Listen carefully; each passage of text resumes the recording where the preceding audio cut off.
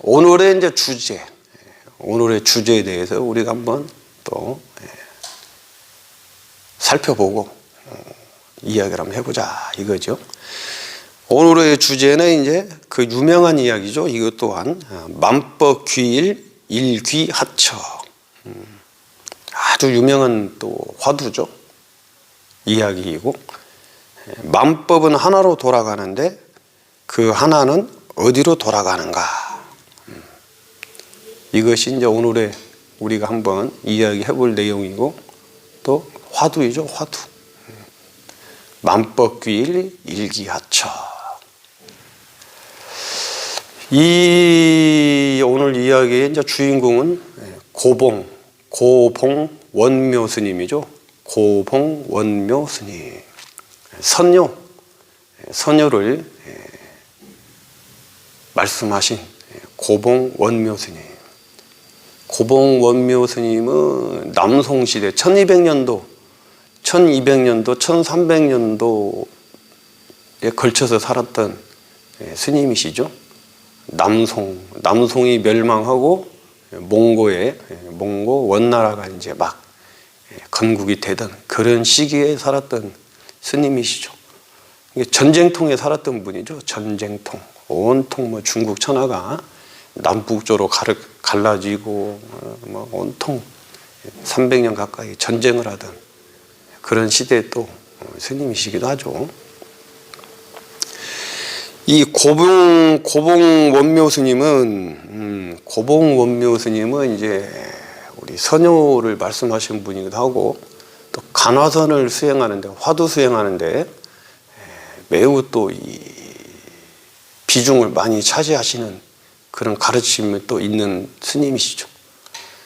대종고 스님, 서장 간화선의 필수품인 또 선공부의 필수책인 대해종고 스님의 서장이 있고 편집글 서장이 있고, 그리고 이제 고봉 원묘 스님의 선요가 있습니다. 선의 요긴한 책. 그리고 이제 도서 절요 이렇게 4개가 있거든요. 서장, 선요, 도서, 절요 이 4가지가 스님들 이제 출가해서 행자 끝나고 강원에 가면은 4년간 승려로서 갖추어야 될 경전, 또 태도들, 또 예불, 참선 이런 걸 배우는 과정이 4년이 있습니다. 4년. 이 4년 중에 2년차 이건 이제 치무회라 그래. 치문.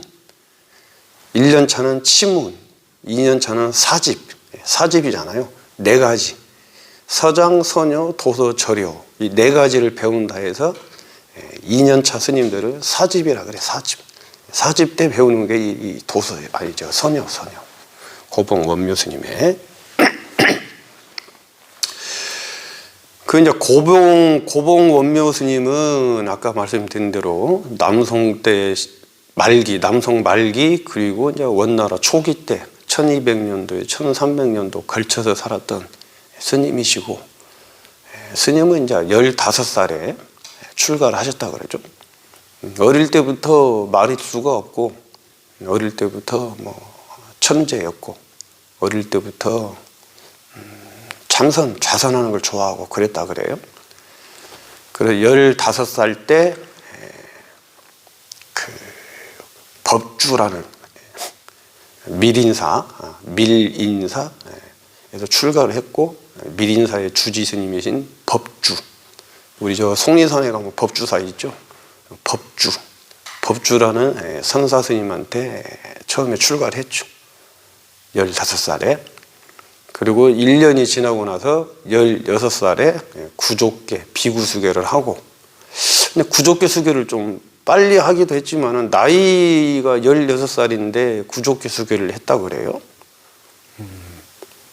그때는 16살이 미성년자가 아니었죠 그래요. 10대 중후반 정도 되면 결혼들 하고 그랬으니까. 지금은 대한불교 조계종에서는 지금은 20세 미만은 3이라 그래요. 3이 구족계를 주지 않거든요. 또 50세가 출가해도 지금은 일단 나이가 뭐 40이든 50이든 출가를 하면은 지금 대한불교 조계종은 행자를 하고 그리고 3위 수계를 해요. 나이가 많든 적든. 3위 수교를 하고 4년간 이제 기본 교육을 받고 나서 4급 승가고시를 치러서 4급 승가고시에 합격을 했을 때 이제 구족계를 비국에 수교를 해주거든요. 지금은 대한불교 조교종은. 부처님 당시 때는 성인이면은 바로 오라 비구여, 법은 잘 새겨져 있다. 그리고 바로 비구계를 수교를 했는데, 라울라 있죠? 부처님의 아들. 라울라가 이제 3위의 최초 3위죠. 어리니까는 어른들의 보호가 필요하고, 또 성장할 때까지 또 지켜줘야 되고, 그 3위라는 게 있는데, 여기 고봉원묘 스님은 16살에, 15살에 출가를 해서 16살에 구족계 수계를 했다 그래요. 16살에 구족계 수계를 하고 또 한 2년 정도는 뭐 무엇을 했는지는 모르겠는데 뭐 절에 있었겠죠. 그리고 18살 때 18세에 천태교학, 그러니까 경전을 배우는 교학을 시작을 했다 그래요. 18살에. 16에 구족계 수계하고 18에 천태학 교학을 공부했다는 거 보니까 16살부터 18살 2년 가까이는 나름대로 뭐 이런 경전도 보고 저런 경전도 보고 뭐 연불도 하고 참 좌선도 하고 이랬었겠죠. 그래가지고 18에 교학을 공부하다가 늘 마음속에는 불립문자 교회별전, 직진임형 견성성불 이런 게 늘 마음속에 있었다 그래요. 천태학을 교학하면서도. 그러다가 18에 천태학 교학을 공부를 하시다가 20살이 됐을 때, 20살이 되었을 때 이 경전을 봐가지고는 일대사 문제, 생사 문제, 깨달음을 하는 해탈이라는 책을 봐가지고는 될 일이 아니다 하고 스스로 자각을 하고 20살 때 그 천태학 교학 배우던 걸 또 때리치고 20살 때 전국을 유람하다가 단교 화상, 단교 묘륜, 단교 묘율이라는 묘윤이라는 스님을 찾아뵙고 인사를 드리고, 그리고 또 거기서 또 바로 또 선공부를 시작한 게 아니고 20살 때 단교 묘륜 스님을 찾아뵙고 선공부로 왔습니다 인사드리고, 또 뭐 한 2년간 본인 스스로는 내가 이제 선공부를 해서 이 선공부로 한 3년 해가지고 내가 깨달음을 성취하겠다 이런 마음을 내셨다 그래요. 그런데 정작 화두는 22살 때 최초로 화두를 받아요. 22살 때 고봉 원묘 스님은 화두를 최초로 받아. 그게 태어날 때는 어디서 왔고 죽으면 어디로 가느냐, 이 화두거든요. 어디서 왔고 태어날 때는 어디서 와서 태어났고 죽은 후에는 어디로 가느냐, 이 화두단 말이에요. 최초로 받은 화두가 이거예요. 고봉 원묘 스님이 최초로 받은 화두가 22살에 단교 화상한 때. 그러니까 이 고봉 원묘 스님은 이 일대기를 보면은 자세하게 이렇게 설명이 돼 있어요. 나이별로 뭘 했다. 그 얼핏 보면은 막 어수선해. 한 길로 쭉 가질 않아. 바로바로 이어지질 않아요. 무엇인가가. 16에 구족계 수교를 하고 18에 천태학을 시작했다는 게 2년간 터울이 있고, 18에서 또 천태학을 하다가 20살이 됐을 때 천태학을 그만두고 나는 선공부를 해야 되겠다 하고 또 선사를 찾아갔는데 20살에서 22살까지 2년 동안 또 공백이 있어. 바로 화두를 타고 또 화두 수행을 한 게 아니야. 22살에 이제 겨우 태어날 때는 어디서 왔고 죽은 후에는 어디로 가느냐, 이 화두를 탔단 말이에요. 단교 묘륜 화상한테. 그러고 나서 본인이 이제 정말 뭐 용맹심을 가지고 이 화두를 3년 안에 반드시 타파해서 깨달음을 성취하겠다 하고 마음을 먹고 공부를 시작했는데, 또 채 또 1년도 못하고 1년도 하지 못하고 또 다른 또 스님을 찾아가요. 일단 여기까지 말씀드리고 또 또 인사. 그렇게 해서 이제 고봉 원묘 스님께서 22살에 태어날 때는 어디서 왔고 죽은 후에는 어디로 가느냐, 이 화두를 이제 단교 화상한테 받아가지고 공부를 계속 하는데 공부가 안 돼. 마음이 두 갈래로 갈라진다 이거죠. 밥 먹을 때 빼고는 늘 경행을 하면서 걸어 다니면서 늘 화두를 챙긴다고 본인이 했는데 마음이 두 개로 갈라진단 말이에요. 우리 화두 공부하는 사람들이 대부분이 다 이듯한 말이에요. 마음이 두 개로 갈라져.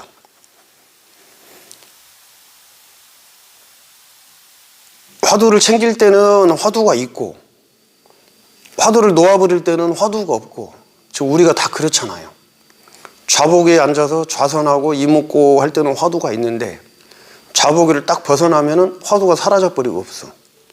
그리고 경계에 막 끄달려 다닌다고 우리가. 고봉 원묘 스님도 그랬단 말이에요. 고봉 원묘 스님도.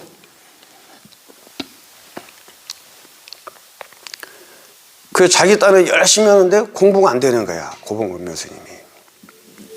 그게 이제 나중에 무엇이라고 얘기를 하시냐면은 의심이 없었기 때문에 그랬다는 거야. 의심.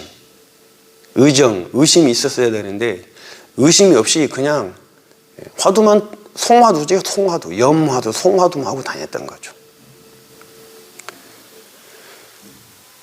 그래가지고 고봉 원묘 스님이 또 22살에 그 태어날 때는 어디로 와서 태어나고 죽은 후에는 어디로 가느냐, 이 화두가 안 됐는데 23살에 또 설암 스님, 설암 스님을 찾아뵙고 화두를 또 타요. 그 화두가 뭐냐면 이제 무자예요. 무자. 계에게는 불성이 없다. 구자 무불성. 이 화두를 또 타는 거죠.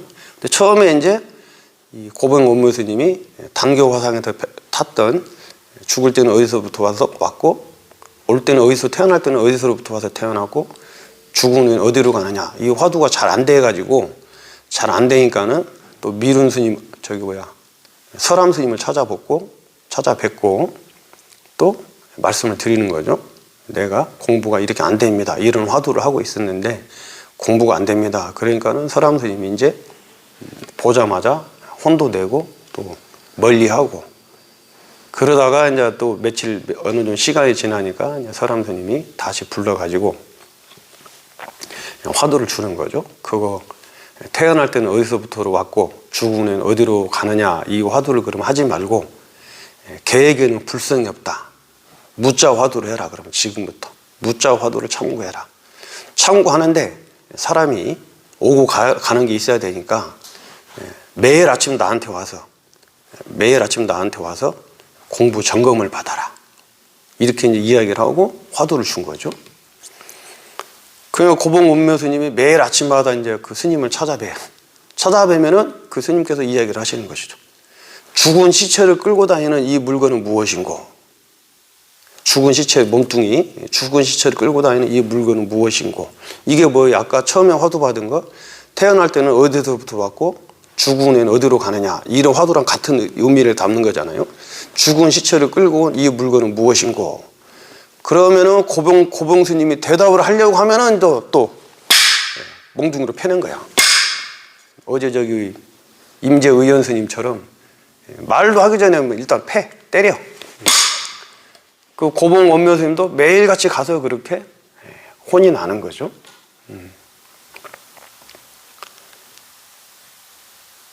개자, 구자, 무불성, 개에게는 불성이 없다. 이 화두를 참고하면서 매일 아침마다 큰 스님을 찾아뵙고 화두 점검을 받는 거야. 공부 점검을. 이렇게 이 시체 끌고 다니는 이놈이 무엇인고 대답하려고 하면은 때리고, 어느 날은 가면 또 들어오자마자 때리고, 참 답답할 일이죠. 그렇게 예전에는 화두 공부한 스님들을 은사 스님들께서 또 큰 스님들께서 막 몰아붙였다고. 방이라고 해태하지 않도록 막 몰아붙인 거, 아침마다. 그러면 미치는 거죠. 아침마다 가서 뭐 얘기는 해야 될 것 같은데 공부는 한 것도 없고 말할 것도 없고 막 답답해 미치는 거죠, 아침마다.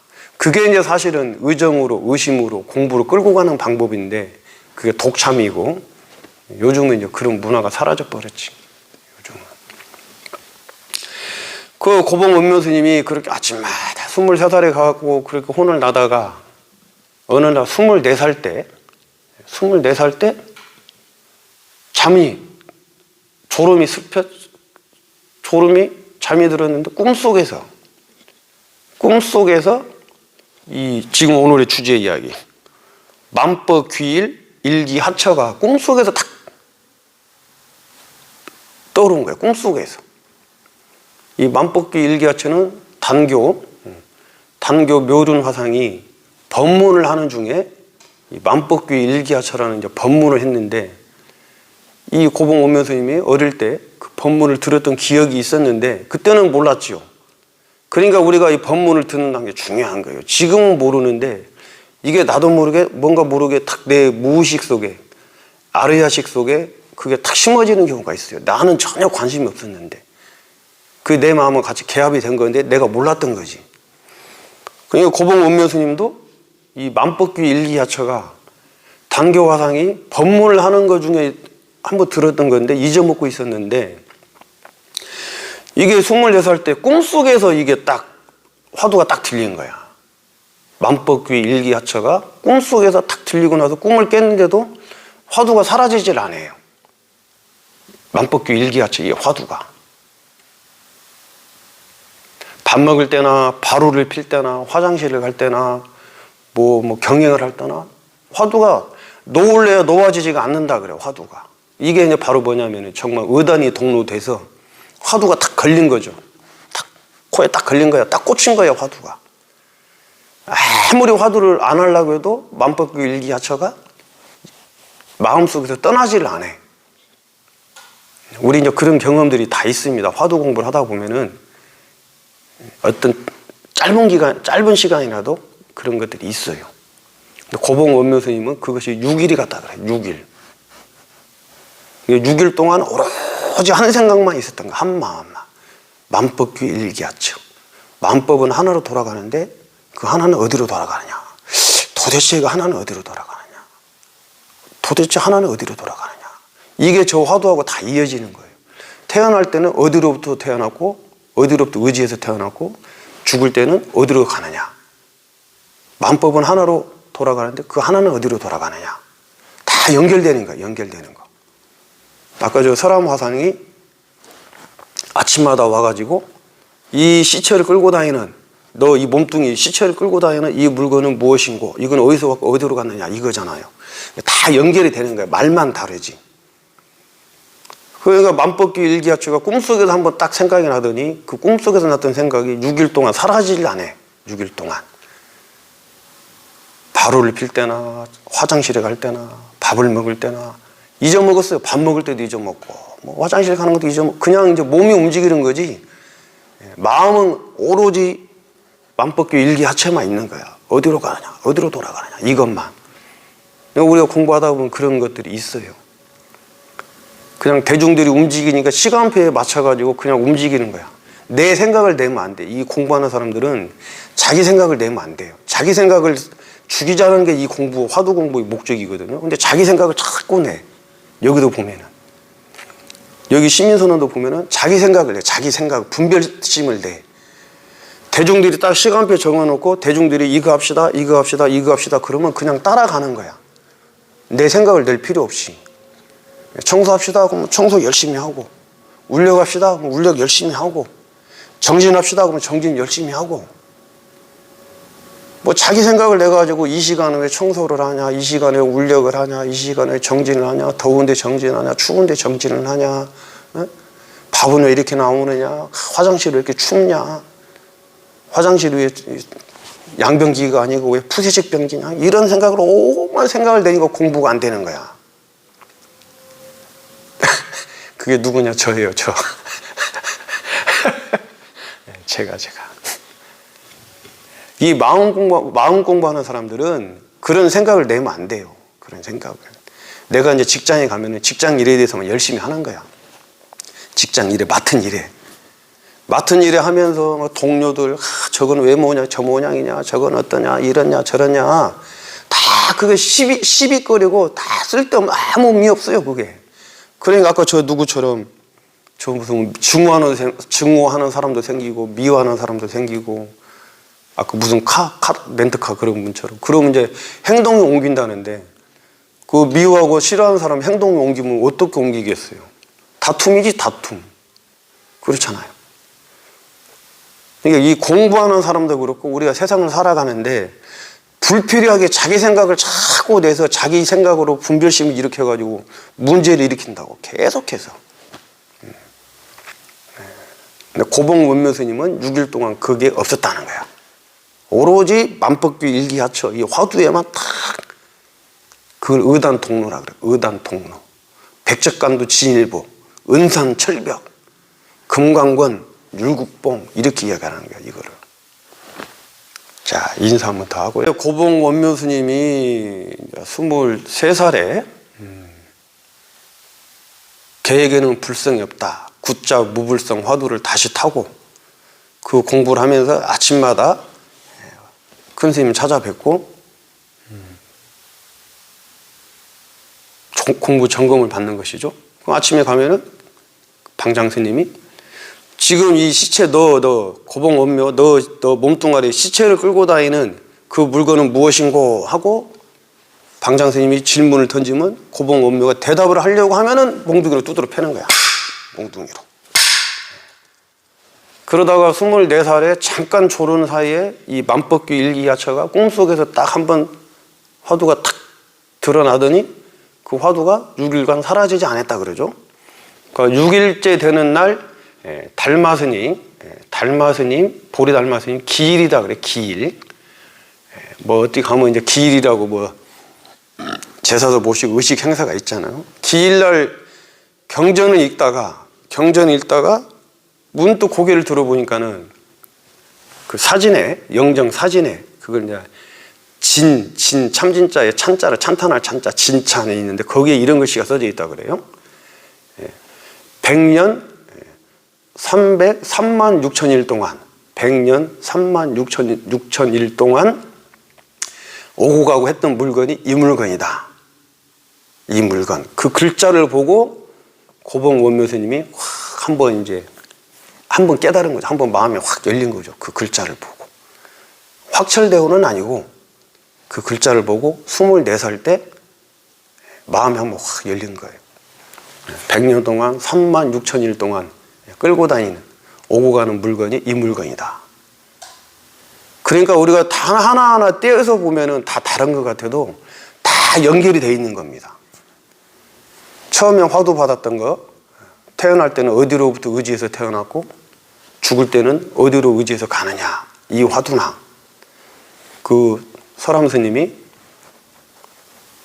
죽은 시체 끌고 다니는 그 물건이 무엇이냐 이거나 만법규 일기하처나 그 진찬에 써져 있던 100년 6만 5천일 동안 끌고 다니는 물건 이리저리 왔다 갔다 하는 물건 이 물건이다. 다 똑같은 거야.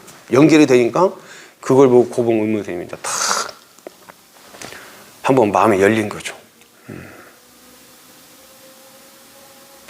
그 열려가지고 또 24살에 마음이 열려서 또 여기저기 한 1년간 떠돌아 다니다가 설암 스님을 찾아뵙고 자기 또 공부 그 열렸던 마음을 말씀을 드리니까 설암 스님이 인정을 안 해주는 거죠. 처음에는 인정을 안 해줘. 그래도 뭐 자기가 또 뭐 한 견처가 있을 때는 또 막 기고만장하거든요. 그러니까 이제 스님이 다음에 불러가지고 하는 얘기가 네가 깨어있을 때는 네가 주제를 하느냐 주인공의 삶을 사느냐. 그 고봉원묘 스님이 당연하죠 스님. 제가 깨어있을 때는 확실하게 주인공의 삶을 삽니다. 그래. 그러면은 꿈속에서도 네가 주인공의 삶을 사느냐. 그러니까 또 이 고봉원묘 스님이 스님 당연하죠 스님. 저는 꿈속에서도 주인공의 삶을 삽니다. 그러니까 이 스님이 또 그러면은 꿈도 꾸지 않고 깊은 잠에 들었을 때도 네가 주인공의 삶을 사느냐. 여기서 탁 막혔다 그래. 여기에서. 자기가 분명히 깨달았다고 생각했는데 꿈속에서도 되냐? 된다. 그럼 꿈을 꾸지 않고 깊은 잠이 들었을 때도 너가 너의 주인공의 삶을 사느냐? 여기서 꽉 막힌 거야. 고봉원묘 스님이. 이게 이제 우리 거기 이제 한때 이제 논란이 많이 되었던, 지금도 논란이 조금 되긴 하지만은 성자 철자 큰 스님이 또 강력하게 주장하시고 해서 논란이 됐던 숙면이래를 이해하는 숙면이래요. 숙면이래요. 동정일려, 몽중일려, 숙면일려 이래죠. 그리고 오매일려. 말하고 행동하고 움직이고 잘 할 때도 화두가 있어야 되고 꿈속에서도 화두가 있어야 되고 그리고 꿈이 없는 깊은 잠 속에서도 화두가 있어야 된다. 이렇게 이제 우리가 오해를 하고 있단 말이에요. 여기서도 분명하게 네가 꿈도 없는 깊은 잠 속에서 깊은 잠이 들었을 때도 네가 주인공의 삶을 사느냐. 이 말에 고봉원묘 스님이 꽉 막힌 거죠. 자기는 깨달았다고 생각을 했는데.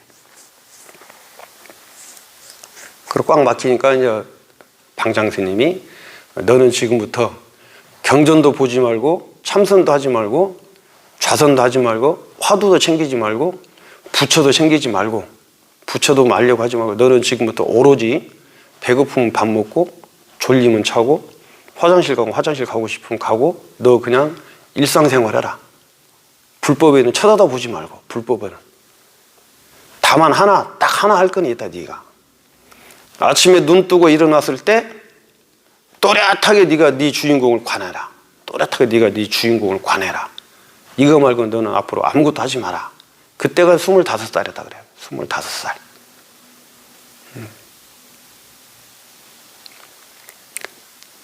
25살에 그렇게 하고 이제 또 만행을 다니는 거죠. 여기저기 만행을 다니면서 28살에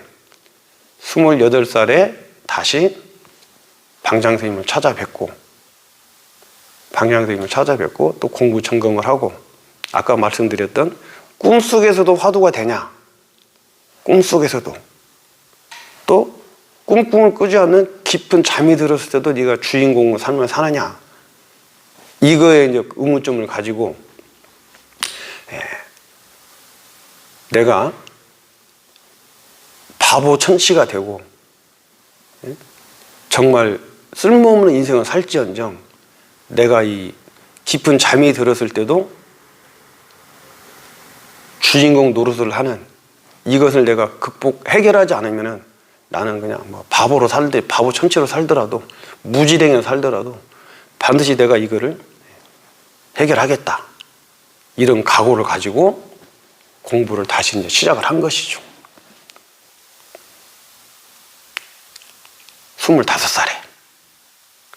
28살이죠. 28살에 시작을 한 것이죠.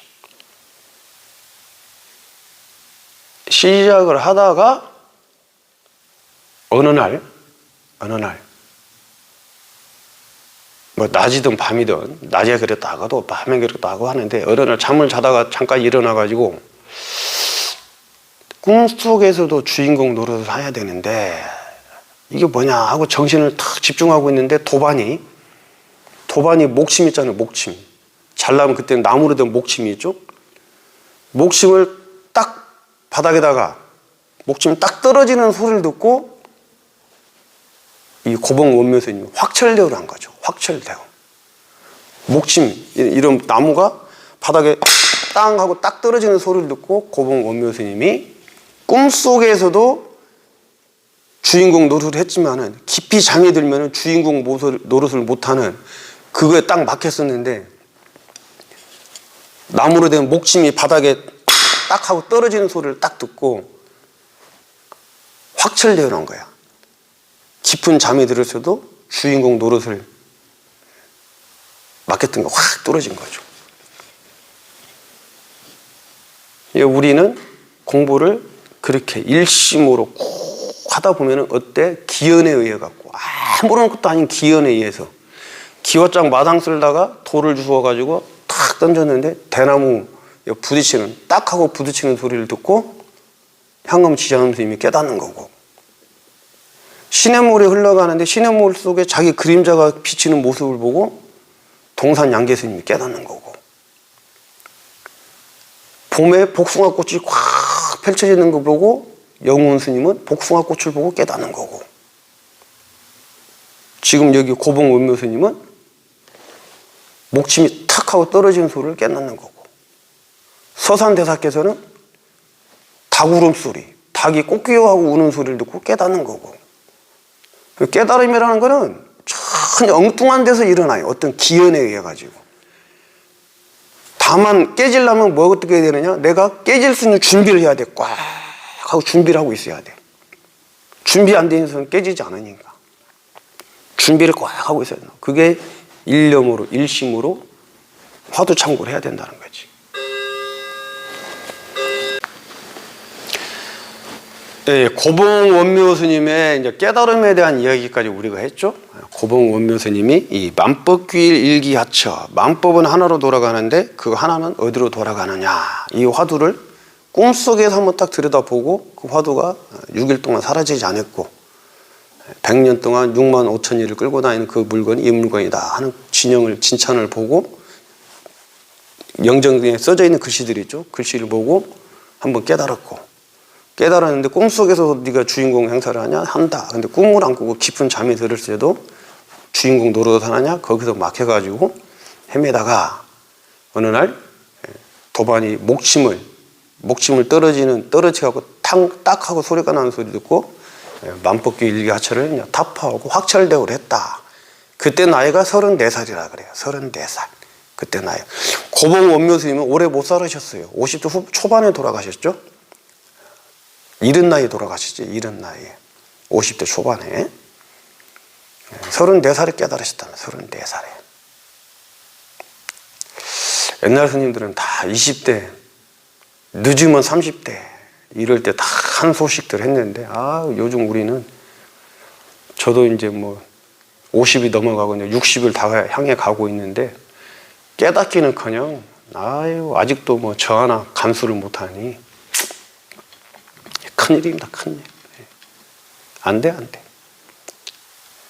저는 뭐 다른 건 조금 다 극복이 되는데 순간적으로 욱하는 거, 이게 안 돼. 이 화두만 딱 참고하면 돼. 화두만. 만법은 하나로 돌아가는데 그 하나는 어디로 돌아가느냐? 어디로 돌아가느냐? 요거 화두만 참고하면 돼. 화두만. 나머지는 다 쓸데없는 거예요. 다. 이 화두를 또 뭐 분석하고 막 설명하고 강의하고 이런 또 스님도 계시고 학자들도 있고 또 일반 제가자들도 있죠. 화두를 자기가 깨달았다고 이게 이런 뜻이야. 만법귀 일기하처는 이런 뜻이야. 만법은 뭐고 일귀는 뭐고 또 하나 돌아가는 그것은 뭐 일귀하처는 뭐고 막 강의하고 설명하거든요. 절대로 그런 거 보시면 안 됩니다. 절대로. 화두는 설명하고 이해하는 게 아니에요. 이 마음을 설명하고 이해할 수가 없어요. 마음을 분석하고 설명하고 이해시킬 수가 있는 게 아니라고. 마음은. 이 화두는 내 마음에 대한 이야기야. 내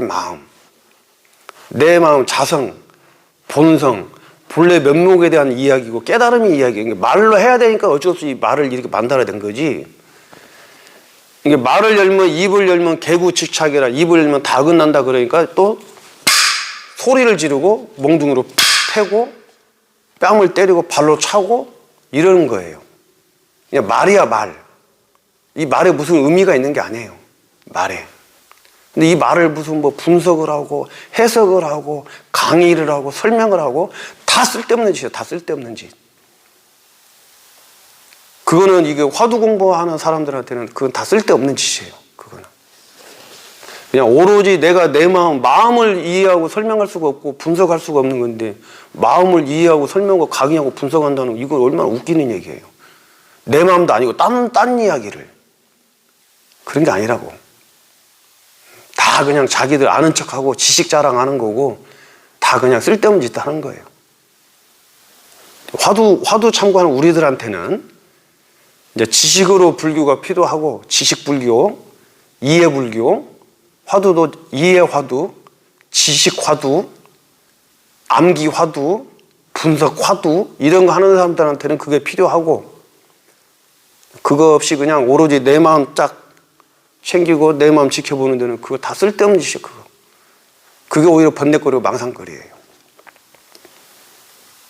절대로 이거 뭐예요, 화두 뭐 설명하고 분석하는 거, 그 공부가 아니에요. 그거는 나중에 내가 스스로 공부하시다 보면은 조그만한 마음의 체험들이 있고 조그만 깨달음이 있으면은 보면 이제 알아. 이게 왜 이런 말을 하는 거고 뜻이 무엇인 걸 안다고, 스스로가. 깨달음이 이제 큰 확철되고 이런 깨달음이 없을 뿐이지 다 알게 돼 있어요. 화두를 다. 어디를 가르치는지를. 근데 가르치는 낙처를 내가 이제 크게 깨닫지 못하고 크게 확 마음으로 와닿지 못할 뿐이지, 강의 같은 거 안 들어도 다 알게 돼 있어요. 다 마음 이야기니까. 절대로 화두 공부하는 사람들은 화두 풀고 화두 뭐 강의하고 분석 이런 데 절대 기웃거리면 안 됩니다. 그럼 공부 망치는 거예요. 망쳐, 공부를. 그러니까 고봉 원묘 스님이 아침마다, 큰 스님이 아침마다 찾아와라, 나한테. 아침마다 찾아와서 오면은 죽은 시체를 끌고 다니는 이 물건은 무엇인고 대답을 하려고 하면은 두들겨 패고 쫓아내고, 그게 다 공부를 지도하는 거고 공부를 바르게 인도하는 거고 깨달음으로 갈 수 있게 몰아붙이는 거거든요. 그리고 화두는 혼자 하시면 안 되고, 혼자 한다는 거 뭐냐면 공부는 혼자 하는데 화두를 스스로가 뭐 이거 선택을 해가지고 스스로가 그냥 그거 하고 있고 그러면 안 돼요. 그거는 공부가 잘못된 방향으로 갈 수 있는 확률이 대단히 높아요. 그거는. 화두는 반드시 믿을 만한 스님을 찾아뵙고 그 스님께 화두를 타서 그 스님께 가서 뭐 1년에 한 번이든 6개월에 한 번이든 한 달에 한 번이든 또 자주 가서 공부 점검을 받고 법문을 듣고 그러면서 화두 공부를 하셔야 돼요. 그렇지 않으면 화두 공부를 잘못하면 또 큰 문제가 생길 수가 있습니다. 신양호님, 님도 청량이시고, 아이고, 이 충청도 수도권에다가 제가 선방을 열 게 아니고 충청도 가서 선방을 열어야 되겠네. 우리 공부하신 분들이 충청도에 많이 계시는 거 보니까. 그렇죠? 충청도가 많으신 거. 천안도 계시고, 홍익택님 천안